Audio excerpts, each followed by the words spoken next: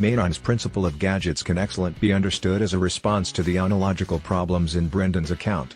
Rather than accepting the belief of an immanent content, Maynard argues that the intentional relation is constantly a relation among the intellectual act and an item. In a few instances the intentional item does now no longer exist, however even in those instances there may be an item outside the intellectual act closer to which we're directed. According to Manon, even non-existent gadgets are in a few experience actual. Since we may be deliberately directed closer to them, they need to subsist between.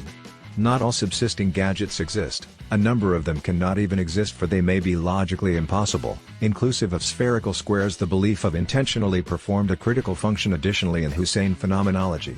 Applying his technique of the phenomenological reduction, however, Husserl addresses the hassle of directness together along with his belief of norma as intentional correlate of the act. Brendan changed into now no longer very keen on his students' tries to clear up those problems, specifically due to the fact he rejected their underlying ontological assumptions.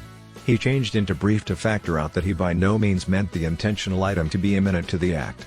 Brendan's notion that this interpretation of his function changed into glaringly absurd, for it might be paradoxical to the acute to mention that a person guarantees to marry an ends rations and fulfills his promise through marrying an actual man or woman. In later texts, he consequently recommended peering intentionally as a tremendous shape of relation.